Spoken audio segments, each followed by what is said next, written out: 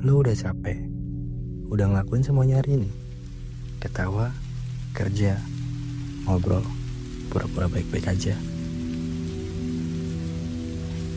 Tapi giliran semuanya selesai, malah muncul yang gak diundang. Kenangan kecil yang lo pikir udah selesai, omongan orang yang masih nyangkut, dan pertanyaan-pertanyaan yang gak punya jawaban. Kenapa ya? Justru saat lo pengen tenang, otak lo mutusin buat nyetel ulang semua playlist overthinking. Kenapa justru kasur yang empuk itu jadi kayak tempat sidang, tempat semua rasa bersalah, kekhawatiran, dan bayangan masa depan nanya, kamu yakin bisa tidur malam ini? Kata orang, tidur itu tempat kabur. Tapi makin dewasa, rasanya tidur malah kayak ruang interogasi. Di siang hari lo sibuk, kerja, kuliah, scroll, denger musik, ketawa.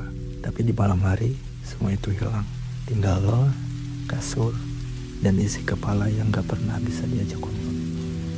Faktanya, 30% orang dewasa muda ngalamin gangguan tidur karena tekanan mental.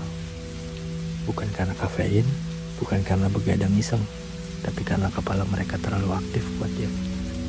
Dan masalahnya, kita gak pernah bener-bener diajarin buat istirahat. Kita cuma diajarin buat produktif, buat terus mikir, buat jadi cukup buat semua orang, kecuali buat diri sendiri. Kadang kita bilang, aku capek, tapi capeknya bukan soal fisik. Capeknya tuh karena terlalu sering jadi kuat, padahal dalamnya berantakan. Capek karena mikir terus, padahal gak semua hal harus diselesain sekarang juga. Bosen ngebandingin diri dengan orang lain, meskipun kita hidup di zaman yang berbeda. Dan akhirnya malam, yang harusnya jadi tempat aman, malah berubah jadi ruang paling jujur dan paling kejam. Karena lo bisa bohong ke semua orang, tapi gak bisa bohong ke pikiran sendiri. Kalau lo sekarang lagi rebahan, mata udah pejam, tapi kepala masih berisik, saya hanya ingin mengatakan, Anda tidak sendirian. Kita semua pernah ada di titik itu. Titik dimana tidur bukan lagi pelarian, tapi pertarungan. Dan gak apa-apa kalau malam ini lo belum bisa tidur. Gak apa-apa kalau otak lo belum mau tenang.